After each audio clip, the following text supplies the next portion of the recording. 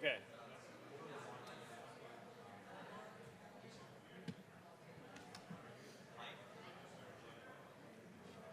Mike, I think you're good. Good? All right. Hello. Thank you everyone for waiting. We are now ready to start. I want you to know that there are 3 languages that will be spoken on this panel. So for your device, if you speak English or Spanish, please be on channel A. If you speak Portuguese, you should be on channel B. Thank you everyone for coming to Surviving Together. My name is Mike Preisner. I'm an organizer with the Answer Coalition, also a journalist with a show called The Empire Files. And I'm just going to give some opening remarks to give some context to the panel that you are about to hear. So I do not think I need to go into the state of climate catastrophe, how dire the trajectory is that we are on, how many species and how much biodiversity is on the verge of extinction, being forever erased from the long story of existence. I do not need to explain to you how it is no longer something that is talked about as a thing that will happen to future generations, but a crisis that is occurring in all of our lifetimes. For those of us with small children, you know that if things do not take a rapid turn, that your children will live to see the worst of absolute cataclysm. I do not need to explain in detail the level that climate change has already impacted vulnerable people all over the global south and beyond, or how while it is the poorest people and the most vulnerable who are in the sacrifice zone of this calamity, the billionaires, the rich, they have already built their lifeboats, the luxurious bunkers, the yachts, the stockpiles of seeds, the food storage facilities, everything they will need to survive for them and their families for generations if the planet becomes uninhabitable for the rest of us. I do not need to explain to you that this crisis is man-made, that there is broad scientific consensus that if a major change is not made, in fact, if everything does not change, together with the whole world working together, not in 10 years, but in 3 years, by 2025, that is what is necessary to save the future for our children, the future of humanity from the worst.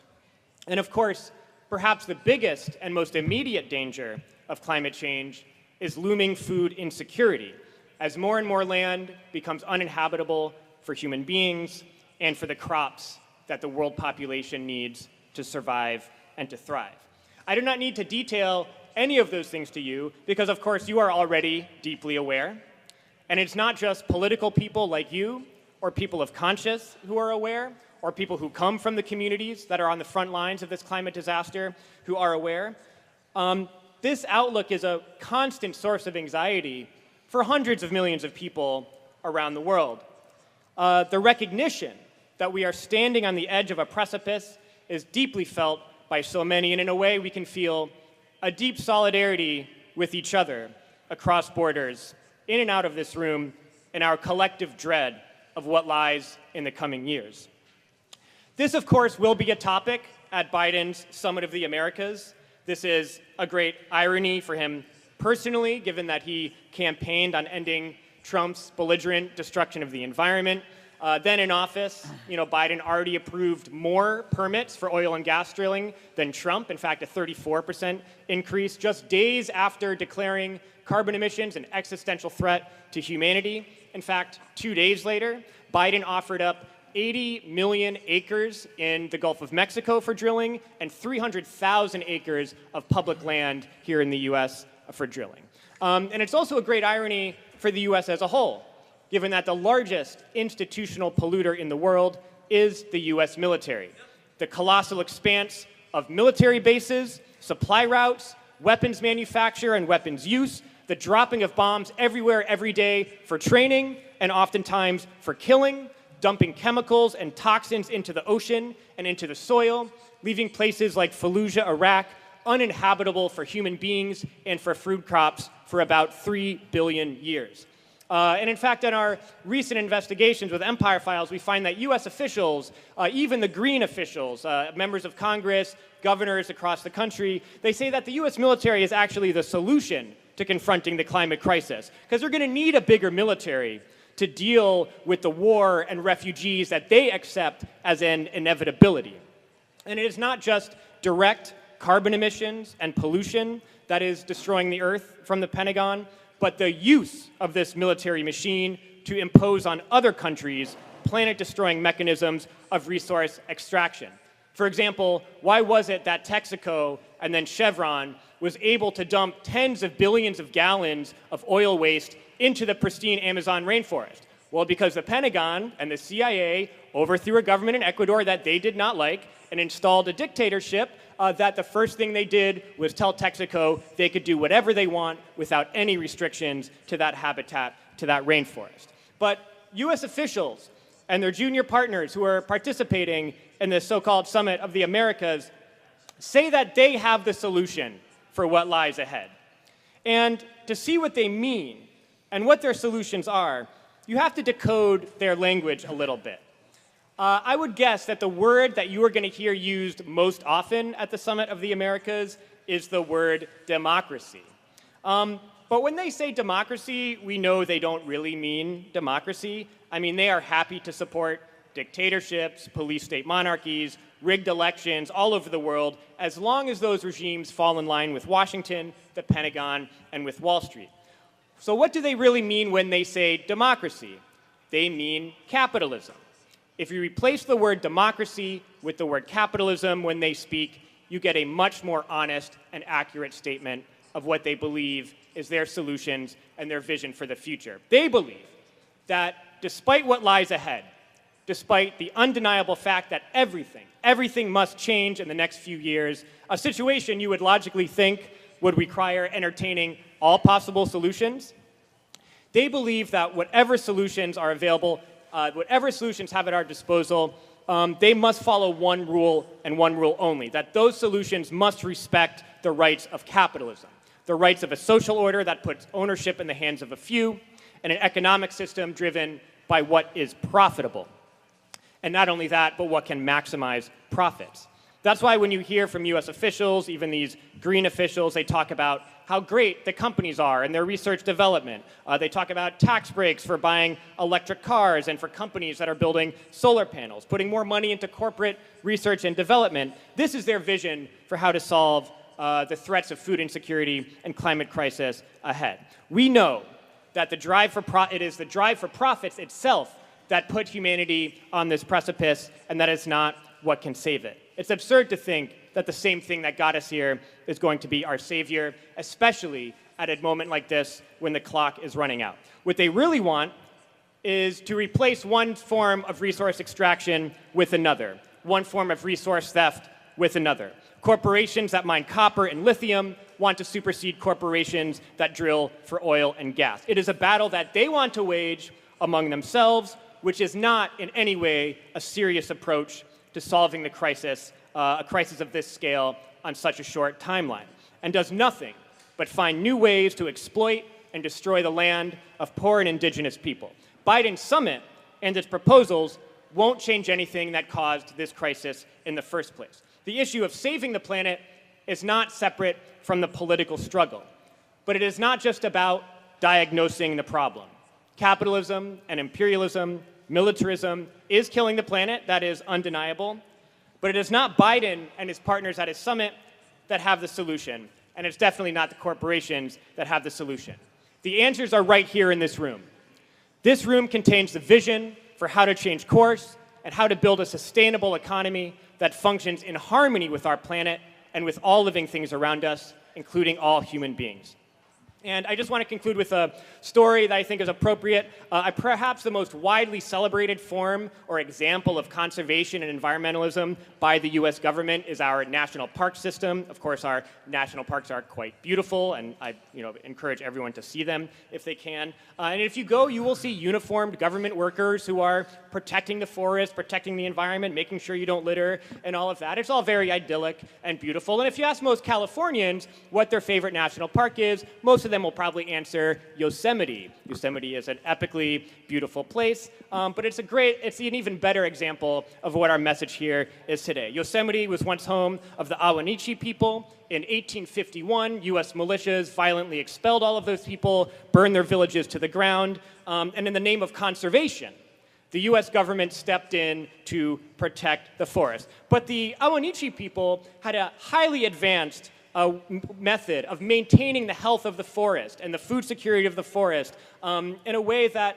we lost some power, that they did controlled burns, and they did all these things that were built off of centuries of a relationship with the land that ended as soon as the US government stepped in, and now Yosemite deals with a scourge of wildfires that impact not everyone in the state because the smoke from those fires even reaches down here in Los Angeles. And so these highly advanced systems of harmony created from, as I said, centuries of that deep relationship with the land were considered primitive. And then we have what we have today on the brink of catastrophe. And that same government were expected to be the ones to solve the climate crisis. It is not big budget technological powerhouses functioning under a system of profits that contains the answers, or big agribusiness like Monsanto of all companies.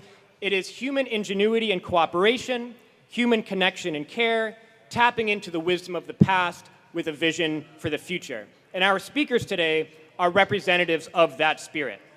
Representatives of what is possible if we put people and people's movements in command instead of billionaires and corporations in command. And so without further ado, I think it's appropriate to first see a video from someone who is really a giant in this field of building economically sustainable and harmonious food security, Dr. Fernando Rafael Monzote from Cuba.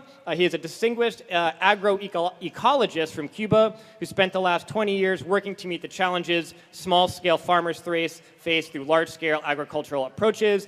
Dr. Monzote concluded that it's possible to produce enough food for the Cuban people with just half of the existing agricultural lands with low environmental impacts. In collaboration with other scientists, they computed a system called Energia 3.01, which enables energy balance calculations in agroecosystems. And this has been, it was so successful, it's been applied in 20 other countries as a way to design and manage energy-efficient agricultural systems. And so, unfortunately, he was not able to come as the U.S. blocked many people from Cuba from coming to this summit, but we're going to watch a short video from him before we hear from our speakers.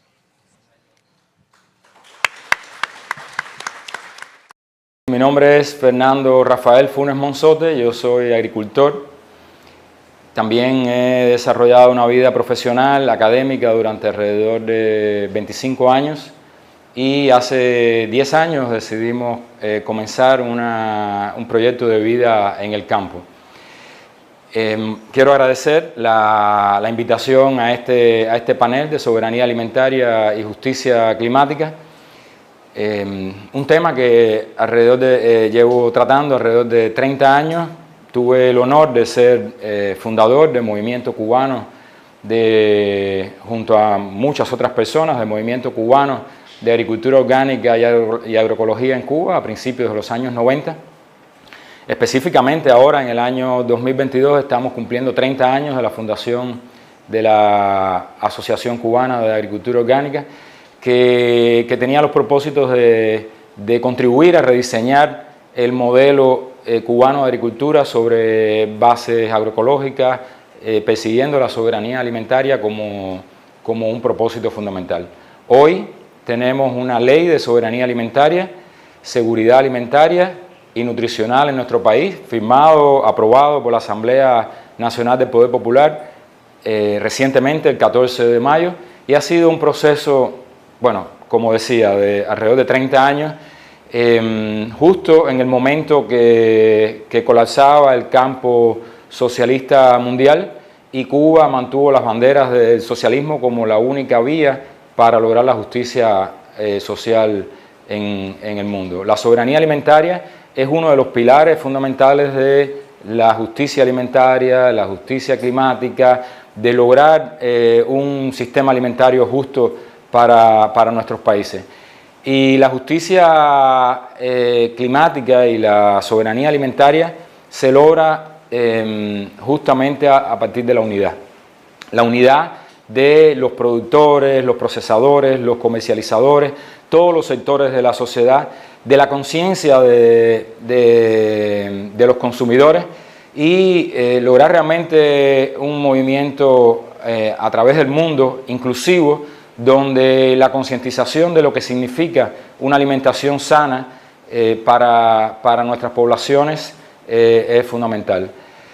Vemos que hay muchas personas que padecen de hambre en el mundo precisamente por la inequidad y la falta de justicia en el sistema alimentario.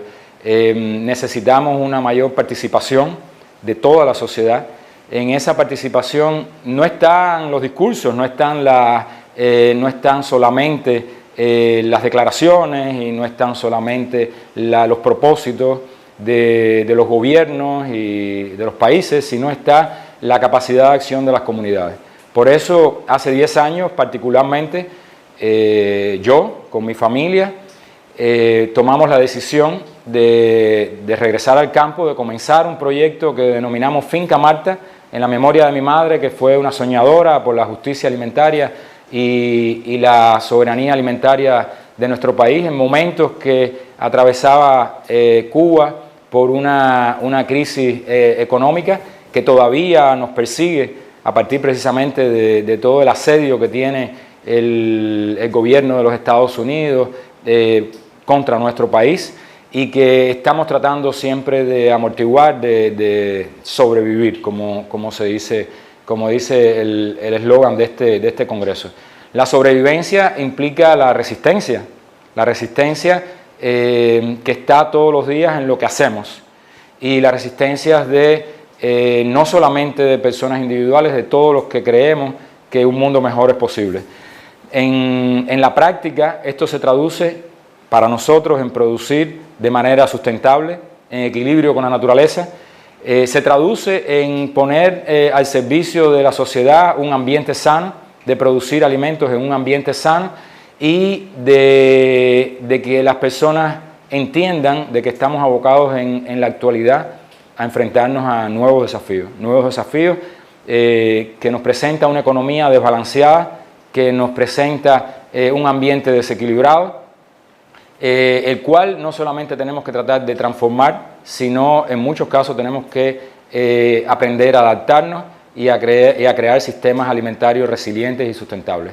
Así que este es nuestro mensaje desde Finca Marta, nuestro proyecto agroecológico familiar, desde nuestra provincia de Artemisa, nuestro municipio, pensando siempre en una agricultura local, desde nuestro país, Cuba, y hacia la humanidad, para entender que no es una cosa que podemos hacer en naciones o comunidades aisladas, sino que es un trabajo y un esfuerzo de todos. Muchas gracias.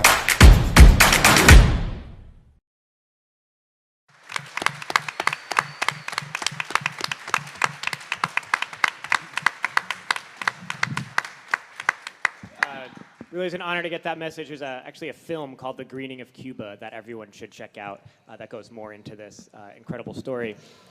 We are going to introduce our first in-person speaker. And I'd just like to say to all speakers to try to speak slower than I've been speaking for the translators, to give them a break. Our first speaker is going to be Big Wind. Big Wind is a two-spirit member of the Northern Arapaho tribe from Wind River Reservation. At a young age, Big Wind recognized many injustices and degrees of oppression within their community. They became involved in youth and climate leadership at the age of 13, and then when they learned environmental racism happening near their home. Since then, they have worked on numerous campaigns throughout so-called Indian country, including No DAPL, and I think about 3 years at Stopping Line 3, and currently working with organizing a communications associate for the Indigenous Land Alliance of Wyoming. Please welcome Big Wind.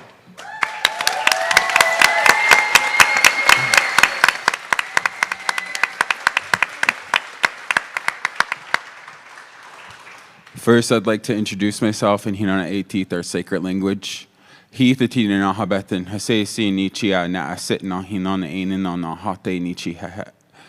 Hello, relatives. It's good to be here in person, to see you all here today. My Arapaho name is Wind River. Most people call me Big Wind. I am a two-spirit water protector from the Wind River Reservation in Wyoming. And thank you.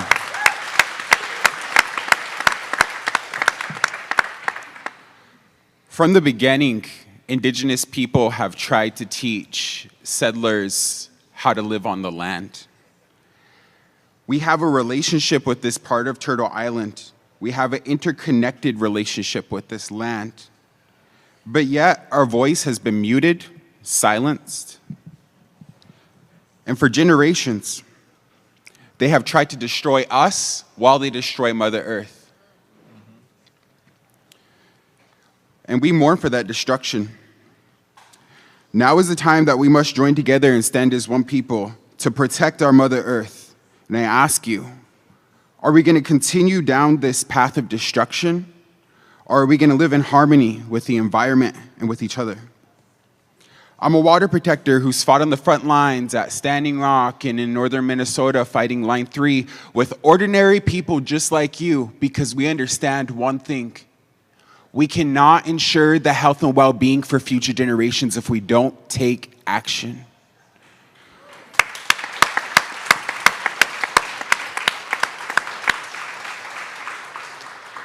Previous to the indigenous-led water protector movement, divestment strategies was about $4 billion in 2016. Now, today, we have divested over $11 trillion from the fossil fuel industry, and that's happened because of indigenous leadership.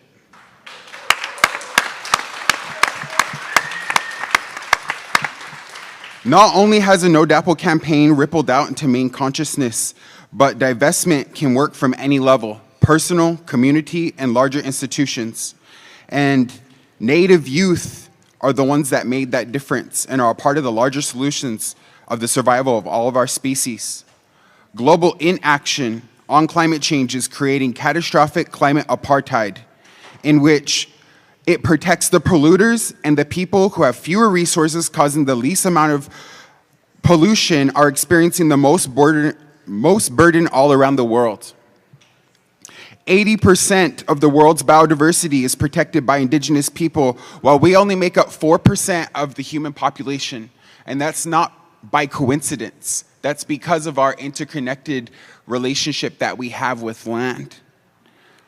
Many have become accustomed to accepting Western climate science while often excluding traditional ecological knowledge, which fails to recognize that we need blended knowledge, collaborative solutions, and structural changes to mitigate and adapt to the current climate crisis. For a millennial, we have all relied on a stable climate for our way of life. From the way that we hunted and gathered food and our medicines, now that is all at risk. The summer of 2020 was the hottest summer on record and can be expected to be the coolest summer when we're looking at projections over the next 100 years.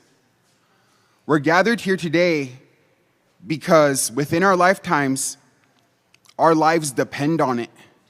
And we have a duty to act because our home is on fire. No more business as usual. Now I'm going to share a story with you to give you a window of why I'm a part of this movement. I want you to imagine that you're waking from a deep sleep.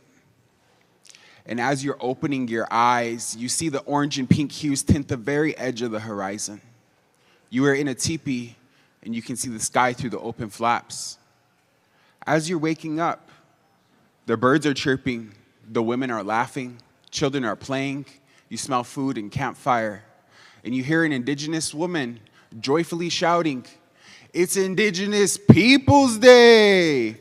Rise with the sun! We are meeting at the South Gate for morning prayer. Gahe, get up, it's a new day." As we're meeting at the South Gate for morning prayer, we hear that there are invaders coming to desecrate sacred places. People are buried there. People pray there. People have picked their medicines there year after year, and to think that it wouldn't be there for your great-grandchildren, you decide to venture out with your family. You're one of the first in the ground. Tobacco ties are wrapped around a teepee as the teepee goes up. 28 people go into the teepee, and as hundreds of people have gathered all over from the territory, all over the world, in the ceremony of the unification of the Condor and eagle. You're asked to be the eagle in the ceremony to represent the tribal people from the north. Tribal people from the south come and do a dance to join those forces together. From Alaska to Argentina, Canada to Chile, we were represented there. As you're praying there, dancing, singing, chanting with your family, armed soldiers arrive en masse by the road. In the Arapaho language, these people are called Tokte Hihat, which means those who tie you up. They tell you that the land has been purchased. They tell you that even though you're from the very land that you stand on, you're no longer welcome. And they threaten to arrest anyone who decides to stay. Emotions running through your head, you're looking for your little sister as you're making it to the hillside. When you make it to the hillside, you notice that your little sister's with those 28 others inside the teepee. Your sister's the first one arrested. They slam her to the ground and then drag her away. How can you not protect your sister? How can you not protect the land? I'm here to tell you that the events that took place in this story, it wasn't 100, it wasn't 50. It was 5 years ago on October 10th, 2016, what some people call Columbus Day. Over the next several months, more and more people will be violated by the mercenaries that protect the black snake. The black snake, it represents greed, oil, gas, other fossil fuels that we now know are fueling the climate crisis.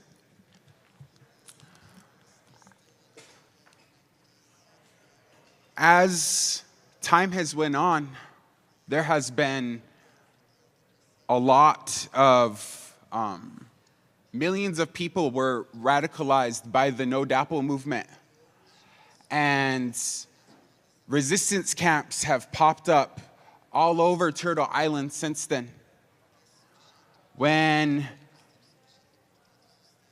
I answered the call to go out to Standing Rock, right after I was acquitted of my charges at Standing Rock, I went out to Line 3 up in northern Minnesota. Literally the same day that I had court, I was invited up there, and I decided to live there for the next 3 years of my life. One thing that was different about Standing Rock versus the Line 3 campaign was we were, at Standing Rock, there was 10,000 people on a 50-acre plot of land. And over at northern Minnesota, there was over 330-mile stretch of land that was being occupied not just by one camp, but several camps that were started by indigenous Ojibwe and Anishinaabe women. And you can tell, as a lot of indigenous people, women are the backbone of our societies. We have matriarchal societies. And the fight that was happening in northern Minnesota, it was led by women, it was led by queer people, two-spirit people, and that's the people who were taking the risks, who were doing the organizing, and who were doing all the caretaking. When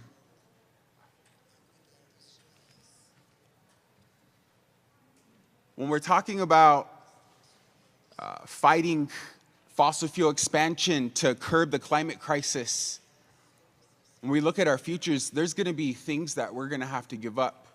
The future comes with great sacrifice.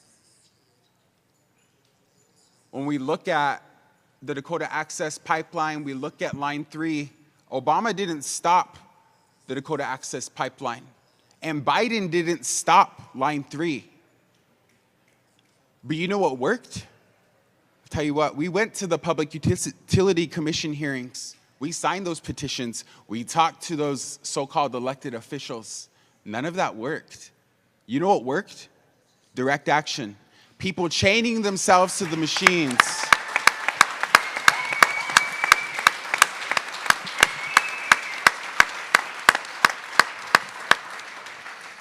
People chaining themselves to the machines. People locking themselves to equipment. People crawling into pipes. Today marks the 1-year anniversary of one of the largest demonstrations that happened up in northern Minnesota, where over 3,000 people showed up to support the matriarchs that were leading the camps up there. And overnight, our arrests nearly doubled. Over 1,000 people got arrested up in northern Minnesota. And I want to conclude with this. The Line 3 and Dakota Access Pipeline might be built, but this fight is not over. It continues with yourself and your personal commitment to fighting for water, land, and our people for the next 7 generations. Ho ho.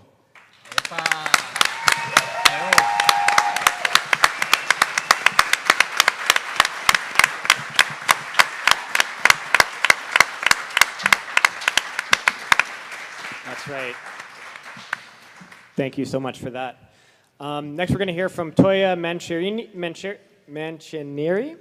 Toya is a coordinator of the Territorial Area of Natural Resources at the Coordination of Indigenous Organizations of the Amazon Basin, political advisor of the Coordination of Indigenous Organizations of the Brazilian Amazon, and president of the MATFA organization.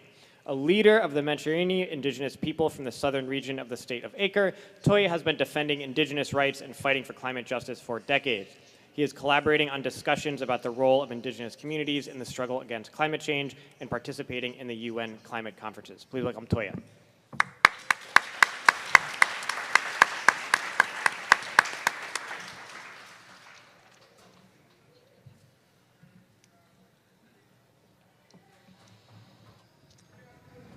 Primeiro de tudo,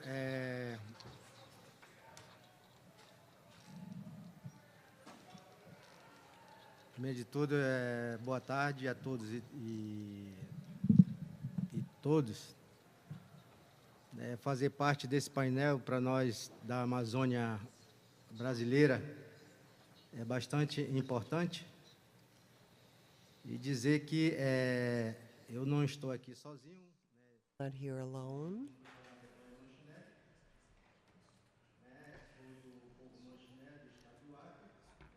Eu sou do Acre, north of Amazonas, Amazon.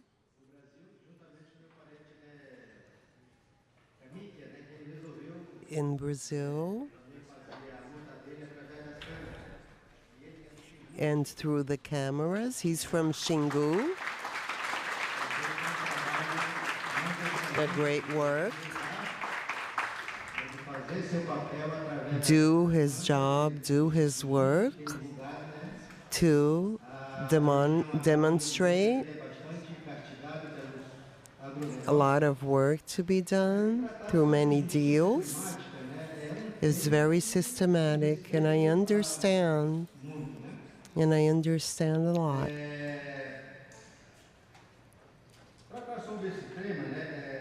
Through this theme about the climate change,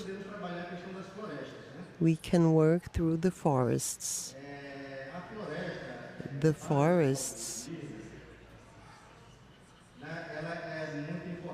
it's very important. It's very important because there are everyone,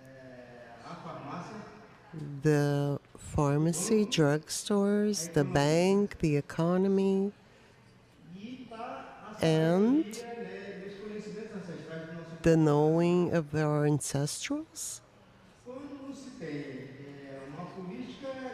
If there's no state of political and the environment and doesn't protect about these people, the resources of this region, the deterioration of the situation. And then, how does it stay? The climate, the justice climate, how does it stay? The indigenous people with the people, about knowledge about these people, the tradition, about the plants. My people, the people that dominate the traditional medicine, who does it do it? The woman.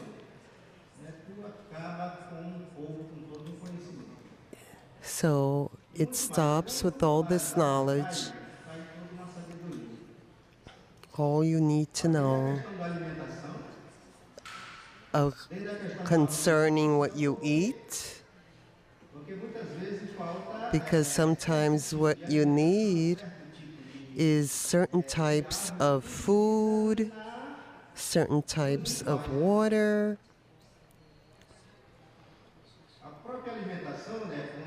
The proper food, when they put down the forests and the plants of the community, it burns out and it doesn't survive. So that's how it starts, the secureness of the food.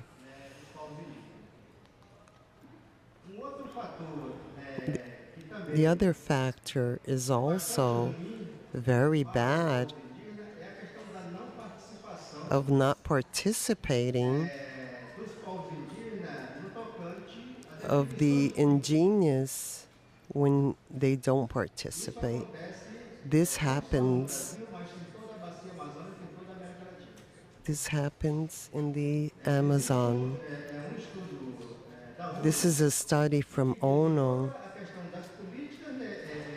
the political situation.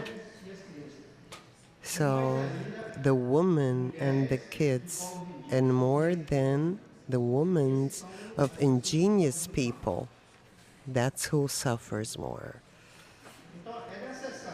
So it's necessary that we should, all of us should,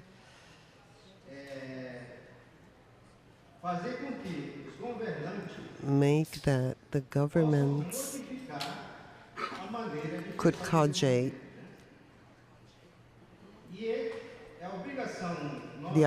our obligation, the majority, not the minority, the majority, thinking they should incorporate the calliness of politicals and knowledge, regional knowledge. But knowledge of indigenous, but also people that lives in the city. You should respect the regional knowledge. So that knowledge will include the people. We shouldn't stop working about these people. We have our own helicopters, and we have a favela right on the presidential entrance.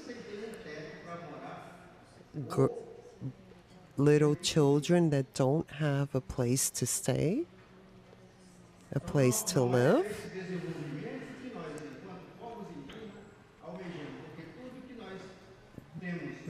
All we need and all we have, we share. Sharing is important.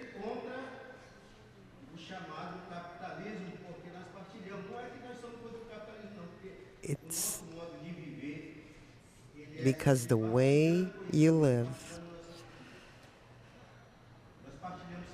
we share.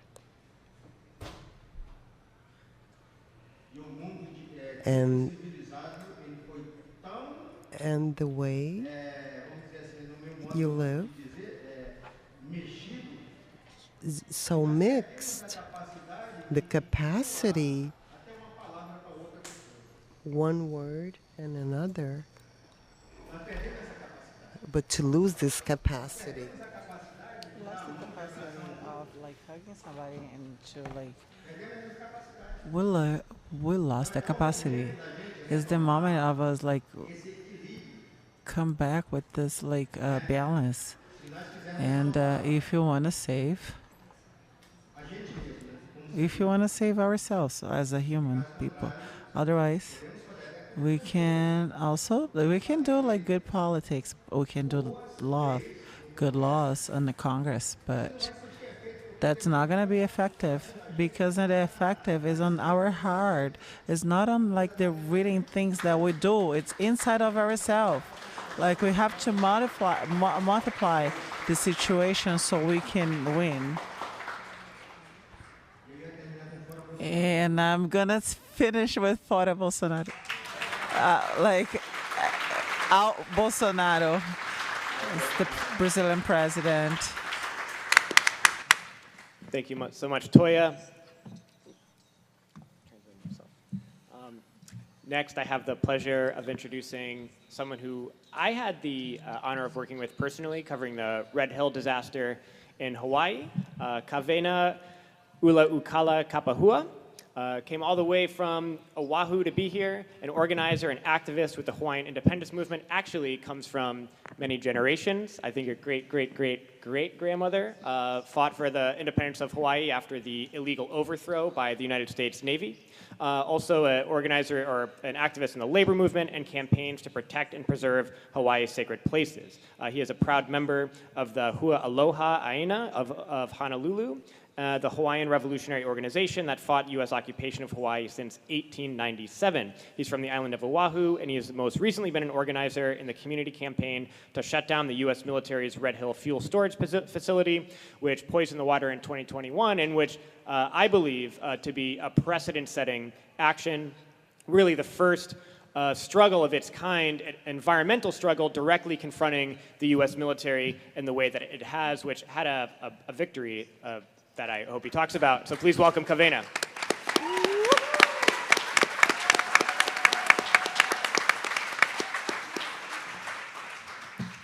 Aloha mai kako. My name is Kavena Ulaukala Kapahua. I want to tell you a little bit about the place that I come from. I come from a land that has sustained 1 million of my ancestors for millennia. I come from a land where we have over 200 different names for the different types of rain that fall on our land. We have 400 different types of taro that we use to feed our people. We are one of the most biodiverse places on the planet, having different species from valley to valley. We have a vast array of aquaculture, such as Pearl Harbor, with over 20 different fish ponds with which to feed our people, and it is home to a vast field of pearl-producing oysters. Everything I just said is no longer true. Because of US military imperialism and US military pollution has devastated my homeland. When the US government overthrew my country in 1893, they seized 20.6% of all land in Hawaii. Over a fifth of all the land in my homeland is now owned by the US military. And numerous parcels of this land have been turned into Superfund sites, or sites that are so contaminated they may never be livable ever again. When the US military took this land, they specifically chose to take the land that we used for farming. They chose the land that we lived on, and they chose it because they could take away our self-sustainability, our food sovereignty, and our ability to not depend on them. They have used our land and contaminated our land with bombs from their live fire ranges, with fuel storage like Red Hill, with chemical weapons storage that they buried under Pearl Harbor, such as mustard gas and other chemical weapons banned by the Geneva Convention, of which they are supposedly a signatory, and their various construction projects. To name a few of the desecration acts of my homeland, Mokapu, a peninsula near where I grew up, they evicted thousands of people from an entire peninsula to build a massive Marine Corps base, one of the largest in the world, that just this week was fined $240,000 for ejecting raw sewage and E. coli bacteria directly into the ocean and into the surrounding communities.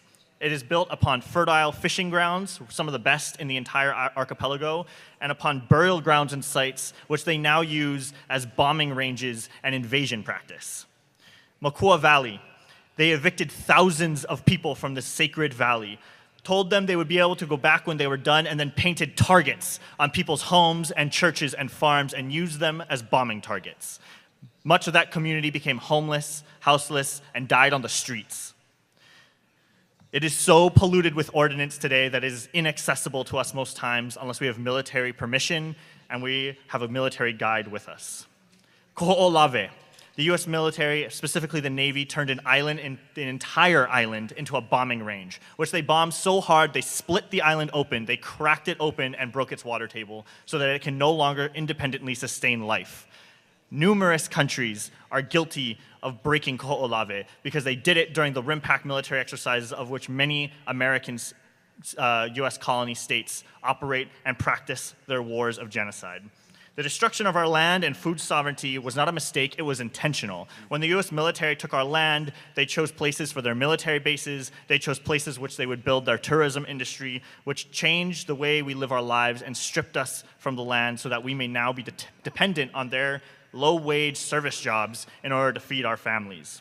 The US Army Corps of Engineers has diverted streams and rivers on every single island. There is barely a stream or river left on my land that has not been diverted. And where did they divert them? They diverted the water to their military bases. They diverted the water to the hotels. They killed and starved out farms so that we may no longer feed ourselves.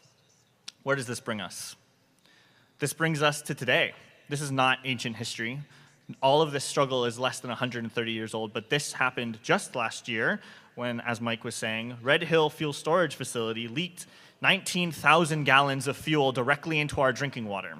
For those of you who do not know what Red Hill is, it is a massive fuel storage facility of 250 million barrels of jet fuel and ship fuel, which is built 100 feet, just 100, maybe not even taller than this building, above our primary drinking source aquifer. 400,000 people drink from this water every day, myself included, my entire family included. 100,000 people were displaced from their homes when the fuel contamination happened, and thousands ended up in the ER, including children with chemical burns in the mouth from drinking the water that came out of their tap. This facility has been operating for 80 years, since 1945. It has had 76 leaks in that time. That's almost a leak a year. The US military has suppressed all information about this facility. We only found out about it in the 1990s because it was classified. And they have lied about how much fuel it has leaked. When Red Hill leaked last year, they said it leaked 2,000 gallons. That was a lie, obviously, because it came out to 19,000. And over the course of its lifetime, it has leaked 180,000 gallons of fuel into our water. We want to talk about food sovereignty. We want to talk about food, like bringing back our sustainable agriculture. Let's be clear. There is no food sovereignty with no water. Currently, the US military is ensuring that our people in Hawaii will face a deadly water shortage, denying not only us, but every single generation after us the ability to drink clean, safe water and propagate clean, safe, healthy food in our homeland. We're not talking about 2 generations down the line. We're not even talking about our kids. Everyone in this room would never be able to drink the water that comes out of the tap ever again. We're not talking about just shutting down a couple wells and hoping we can pump from somewhere else. We're talking about every stream and river that feeds itself from this underground aquifer running black jet fuel into our farms. That's the catastrophe we're facing. That's the cataclysm that's now on the table because the US military refuses to do anything about this. And this is not just the Hawaiian people they're doing this to. They've been doing it to us for 130 years. Last year when they poisoned 100,000 people and sent thousands to the ER, most of them were US military troops. Most of the people who were poisoned were those who lived on the military bases, many of them children and military families.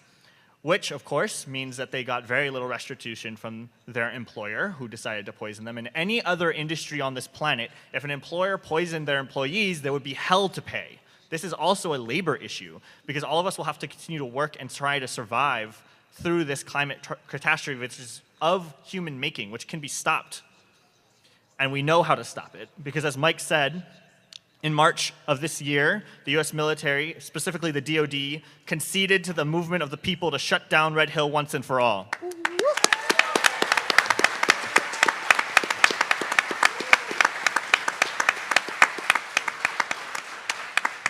So what did this take? When we took back Kaho'olawe, it took years, it took decades of people risking their lives. It took 2 people martyring themselves to take back that land from the US military and get them to stop bombing. It has taken decades of people dedicating their lives to forcing the military off the land. For Red Hill, what did it take? It took us shutting down Pearl Harbor and putting the base into lockdown so they knew how serious we were. Mike and I were there that day, knowing that the MPs were panicking at seeing such a force of Hawaiian people at their gates, holding down the line and ensuring that everybody in Hawaii would have clean drinking water. And what else is this going to take? Those fuel tanks still have fuel in them. I've been in this facility. It is a monstrosity. We must kill it before it kills us.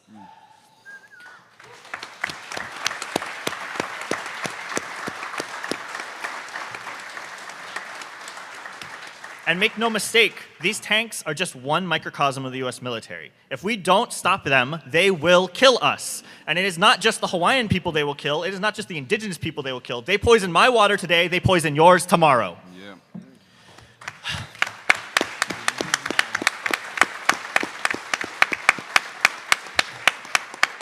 There's still fuel in these tanks, and we must force them to defuel them immediately. Not tomorrow, not next week, not next year. It needs to happen now. Every day these tanks operate, we leak 15 gallons more fuel into our water. Just in April, there was another catastrophic leak. Like I said, I've been in this facility. Do you want to know what their leak protocol looks like? It looks like Home Depot buckets under every valve under this facility. And I'm not talking big Home Depot buckets. I mean like the like half-quarter kind that they put under there. In order for us to stop this, we must look at extreme solutions. We cannot continue business as usual. So what does these solutions look like? It looks like land back. It looks like political upheaval and change to put the people back in power so that the billionaires, the corporations, and the military no longer has sway over our land anymore.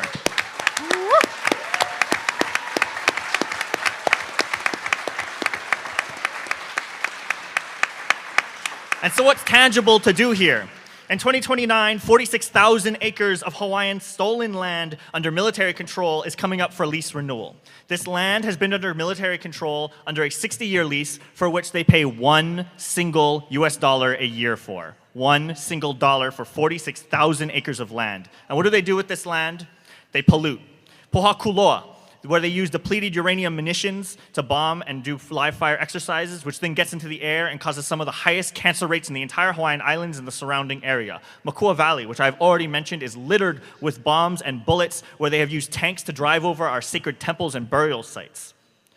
Kahuku, many endangered species live in this area, and what do we get for all of this? $1 a year. Not that I would even want to take it.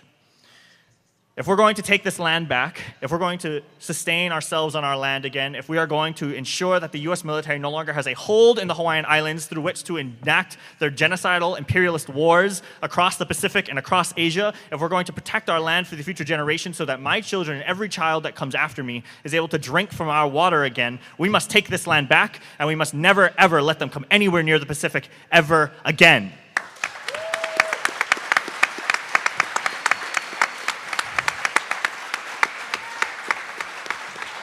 At the end of this month, the US military and the US Navy will convene RIMPAC, a massive military exercise of over 28 countries, all with horrible, horrible human rights records. With many of the people in this room, your nations are represented at this. What are we going to do to take this land back? It means forcing your countries to stop cooperating with the US military. It means supporting Hawaiian initiatives to take this land back and force them off our land. It means being in solidarity with this and ensuring that you do your part, because when the US military comes to Hawaii, they're not appearing out of thin air. They're coming from California, they're coming from Washington, they're coming from Oregon, they're coming from the US West Coast, and in order for us to fight this behemoth of global catastrophe, we have to stand together, because the only thing that'll defeat Red Hill and defeat the US military is united people power, because the only thing they fear more than themselves is the people united who can never, ever be defeated.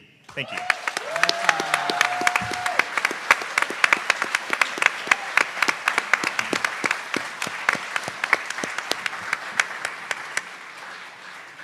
Thank you, Kavena, for showing us what is possible in struggle against the military and showing us what is not possible, which is the U.S. military somehow being a solution to climate change because they're going to put some solar panels on some of their bases or something.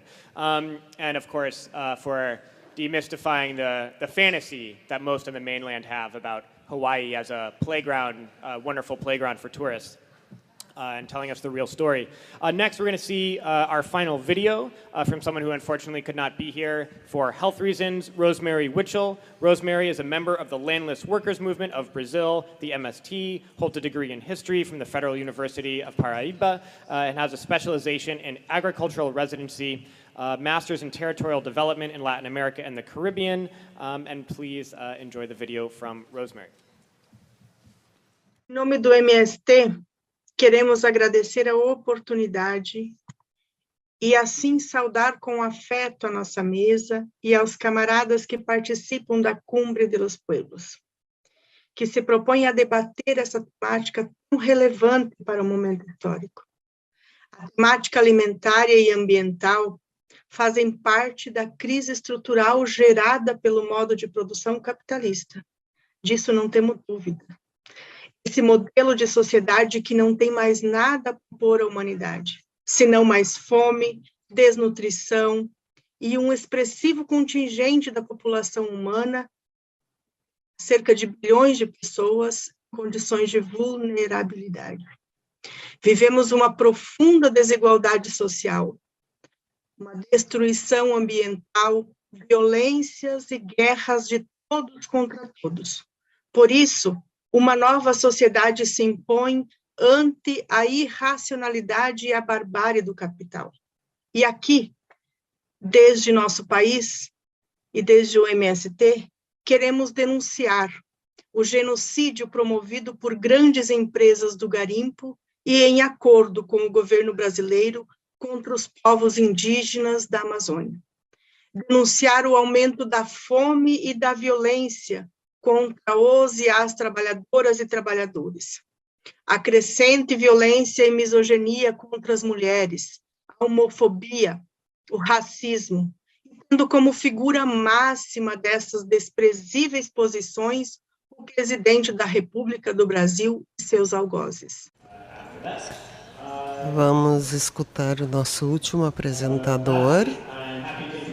Eu gostaria de apresentar Liberty Hill Foundation and a member of Stand LA, an environmental justice coalition of community groups that seeks to end neighborhood drilling to protect the health and safety of Angelenos on the front lines of urban oil extraction. Stand recently won a sweeping phase-out motion in January and is currently fighting for subsequent remediation of impacted lands. Previously, Andreas worked in Paraguay, focusing on food resilience and mining contamination with rural squatting communities and with climate migrants and displaced miners as a paralegal at the Homestead ERC detention camp. Please welcome Andres.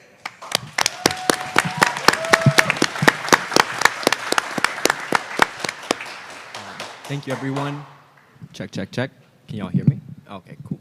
I'm just incredibly honored and privileged to be with such incredible human beings here. It's just such a pleasure, such a blessing to be oh, further? Okay. Up. Dale. Okay, beautiful.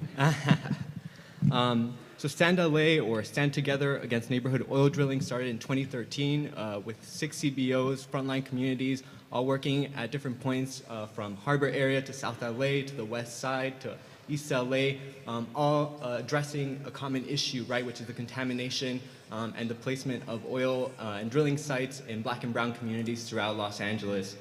These communities have always been historically disadvantaged and burdened with the worst of these contaminants. And really Stand LA started on like when frontline communities organize, we all win, which I think is a recurring theme that we're all seeing here.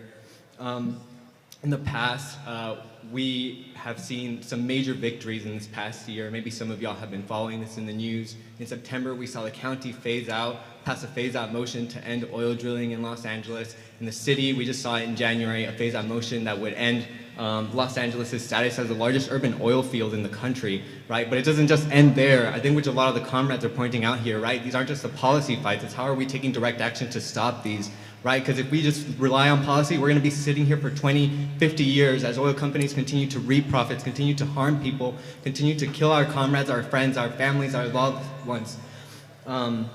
And you know, I just want to really point out as we're entering this, how are we like envisioning and kind of planning for the future of the end of oil drilling in Los Angeles? You know, what are these pathways and how are we applying pressure? So really, I think for Sand LA, as we're experiencing this like broader landscape change across the region, one thing is, how are we defining a community-led vision for the remediation of land that's not just returning it to a previous state, but returning to a natural state before the extraction and desecration by oil operators.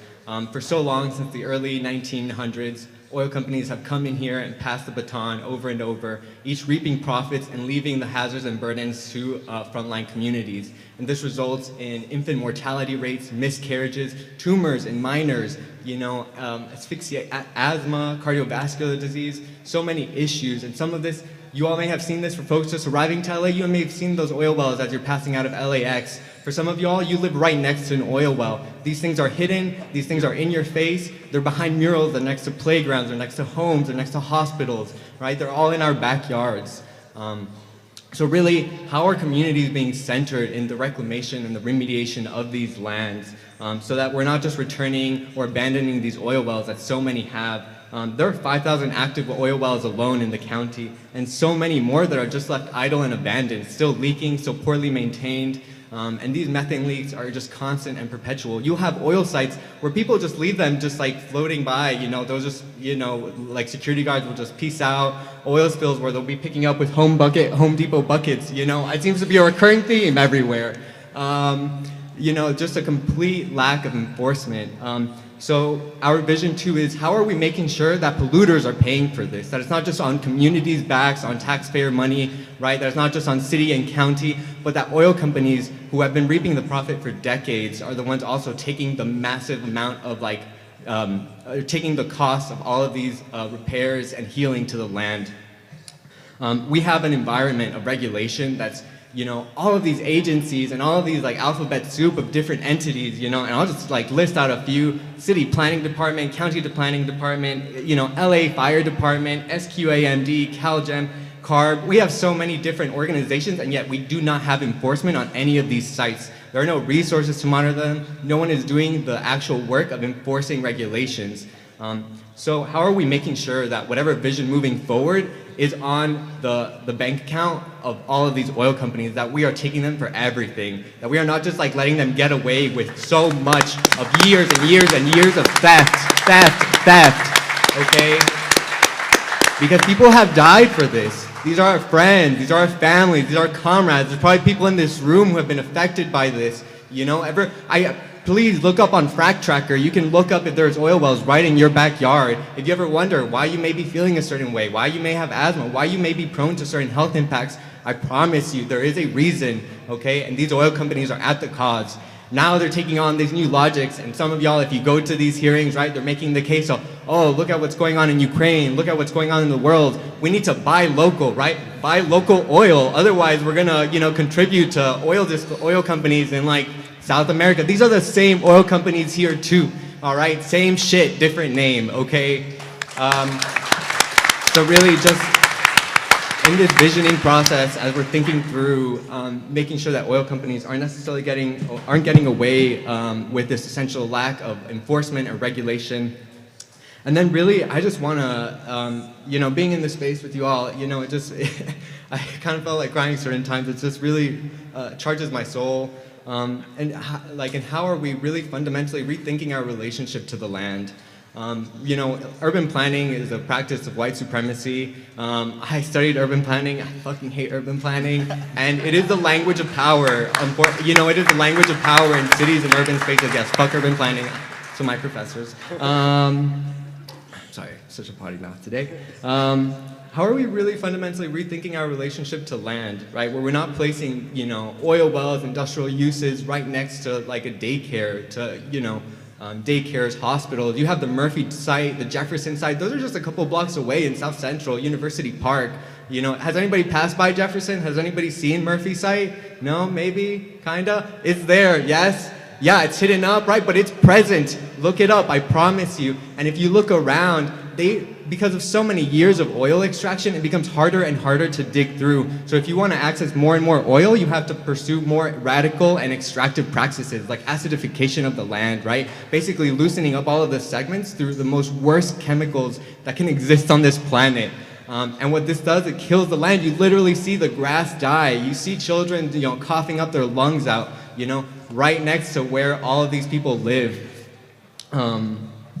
You know, but there are precedents, and I think the future right now is beautiful. I'm just incredibly privileged, incredibly blessed to be sharing this space with the comrades, because there's a coalition built around intersectionality on like how are we not just addressing like public health, but in this re-visioning of the land, how are we rethinking our relationship to what it can be, right? How can communities take back that land, build land trusts, really lay out a vision for it. And there's so many precedents too across Los Angeles. We have Clean Up, Green Up, which has seen community-led processes to essentially minimize concentration of like industrial land uses. And also Food Policy Council, strongly recommend y'all look them up. They might even be here. Inclusive Action, LA Can, I see y'all.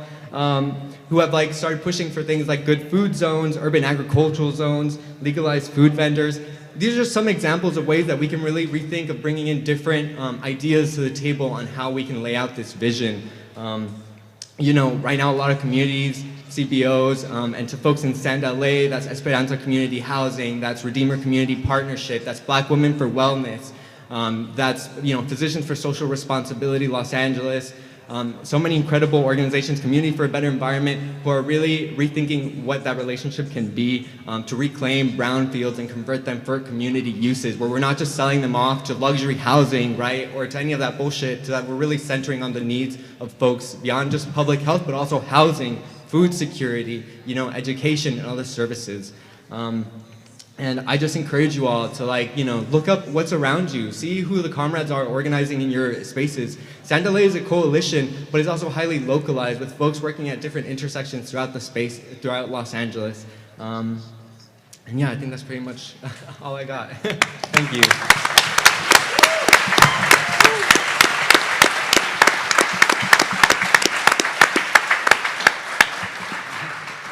Thank you so much, Andreas. Now we're going to go back to that video, see if we got it buffered up.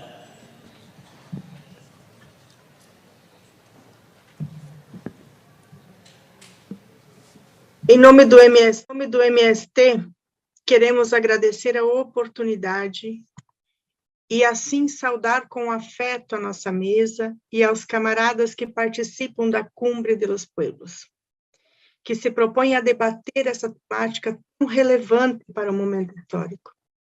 A temática alimentária e ambiental fazem parte da crise estrutural gerada pelo modo de produção capitalista.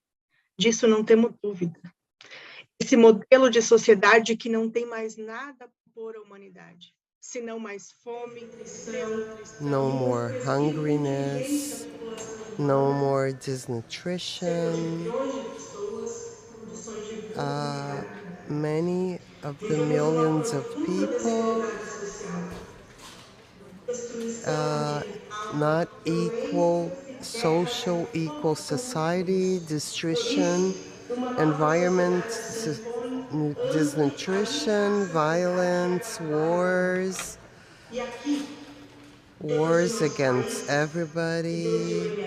And here, I would like to say the genocide moved by big companies in the government of Brazil with the indigenous people of Amazonias,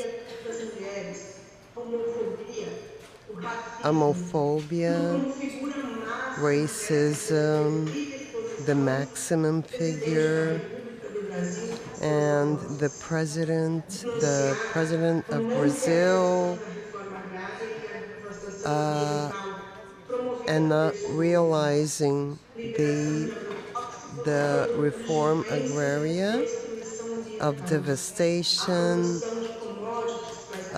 moved by the government, the liberation of agrotoxic products of sickness, environmental destruction, production of commodities for exportation, and the burniness of the forest. And being this way, the government is parted for the agro-pandemic. meio, neste The espaço, dizer que tenha MST clareza de que é is the possível clearness pensar of juntos. impossible to think. Senão, não seria possível pensar It essa vida should not sem be pensar na possible superação do próprio for modo the de produção capitalist capitalista. to Não seria think exagero of the dizer abysm. que estas crises nos How, levam ao abismo. like they E say, como disse how, Leonardo Boff, like many essas criaturas species, desceram do por um has instinto. gone out of the Se não planet. tomarmos medidas It was urgentes e extinct. rápidas, talvez seja a vez da nossa espécie na Probably destruição. it's Nosso our desafio time for de the species internalizar in a questão ambiental extinction. a partir de uma leitura marxista, And de entender como funciona essa we sociedade. should Vemos que understand vivemos uma cisão entre os how meios de the produção society e força de trabalho. works. We Um modo de should produção que provoca a we should alienação de uma use vez, our a force to alienação de sua work, dimensão genérica, a alienação and dos the outros seres humanos, alienation da of alienação us, inflação do alienation of Esse tempo de general epidemia da alienation of Covid-19 é other apenas human um beings, sintoma de um alienation contexto que of apresenta sinais desse processo. concerning A crise do naturalism. processo In the alimentação period of e as desigualdades COVID-19, na distribuição it's da just a renda symptom of causam a model exclusão that que é direito presents the humano mais signal elementar. of this Crise sanitária, efforts. a crise ambiental So possui we're relação talking about the direta com a crisis, the dimensão da fortuna environmental humana. crisis. E ambas se revelam And nas desigualdades, both, na perda da dignidade humana both e na destruição progressiva do planeta. should A questão ambiental é responsabilidade the de todos. responsibility E é to do this. fundamental fazer a It's relação da fundamental to licença do the ambiental com as restoration lutas antirracistas and e as anti-racist and feministas, que feminist acreditamos because sim they que não é possível don't produzir alimentos saudáveis com produce relações food, reprodutivas. healthy Dizemos food, ainda que ao cultivar a and natureza, cuidamos de nós mesmos. relationship Estabelecemos with valores humanos, do sickness. respeito ao meio. E, We should portanto, nós, como parte desse take meio, care do of meio the que how we vivemos. should Os establish the alicerces values, the dessa human mudança values são na in agroecologia in como um respect. modelo de produção e How we should preservação. do this. Cuidado com We os bens need comuns, the com a change with the biodiversidade, com o bem comum ecology, like the e com a production of diversidade, models com a and vida. preservation. Trata-se de um tempo de So semear, de this plantar means e what? de This cuidar means plenamente. to seminate the E cada flor, plants, cada flor, take care of cada tronco e the cada folha faz parte do forest, nosso caminho na and construção da each socialização, flower, recriando each outras formas de fruit, relação com a natureza e each trunk, combatendo todas as formas de violência e exploração. as the Encerrar este socialism. momento de forma Pode pegar esperançosa, aqui, vai me dar um porque acesso ainda de há muito tosse. que ser feito. Nós desde o MST queremos dizer que estamos com um plano de um To say plantio that we de have a árvores de 100 plan of milhões like de a mudas plantation of em like 10 3 anos. in 10 E years, manteremos and we're gonna firme o maintain nosso compromisso de produzir our alimentos saudáveis, commitment to manter a produce like healthy solidariedade nacional e o food with the compromisso com a solidarity transformação of the social. people and the commitment E of sim everybody nos that's into it. comprometemos And com also a we are nossa commitment convicção de que temos de to nós mesmos ver natureza have e ourselves reconstruindo as the bases ownership of da the nature nova organização and socioeconômica e de um mundo reconstruction of a moderno, new organization, civilizador, social, economic, and a reconhecendo government, que a única preservação que a civil, vida passa sim pela and preservação da vida. then also E preserve essa the não se nature, faz because sozinho em that paz. we not have a second Construção da chance to reforma do. agrária So the construction popular of the se Reformation, conecta com uh, a nossa casa the comum, com a agriculture natureza, reformation com um is a plano de very special transformação, commitment with the um nature movimento and de the movement, transformação. Percebendo o nosso and corpo then como This is inside of our body for the construction of our values and also for the construction of a new society between us and women's and also with the nature. Also, like the way that the politicians say, the liberation of the land is not only a thing of the agricultures that take care of the land. The freedom of the land, it's a conversation of everybody that is relying on that. So this is the Reformation agriculture. So a big hug for all of you, and I wish you all a great day.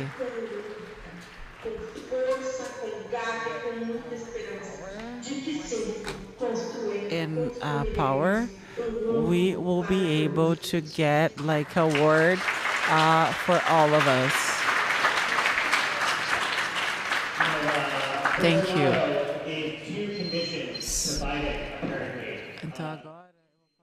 At the Summit of the Americas, he made two demands. One was that Biden was not to question the integrity of his election, and number two was that Biden not bring up the destruction of the Amazon in Brazil. And Bolsonaro is at the Summit of the Americas, and so I assume most of those demands were met. And so I want to give a big thank you to our incredible panelists. You know, and we're covering. Thank you once again, please. Round of applause for them. I think when we're on the topic of climate change and climate catastrophe, it is one that can be incredibly demoralizing because it is quite scary. But I think that this panel shows and this event shows that we don't need to be scared because the solutions exist and the answers exist. And it is a question of power.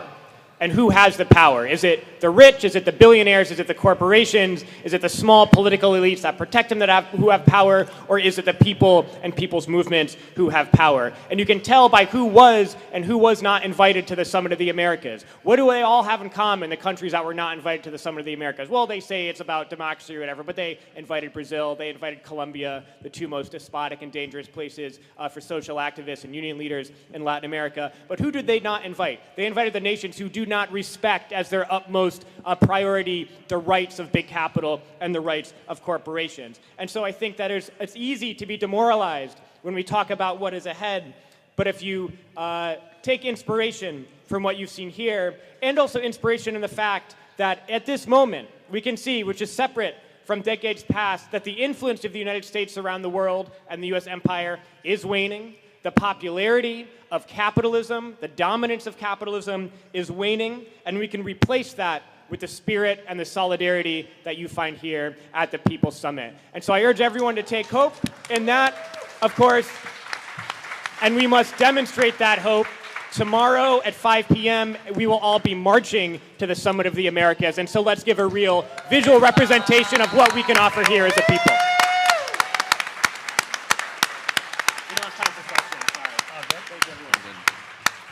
What are you doing? The land is under attack. Stand up, fight back. What are you doing? The water is under attack. Stand up, fight back. What are you doing? Our people are under attack. Stand up, fight back. What do we do? Fight back. What do we do?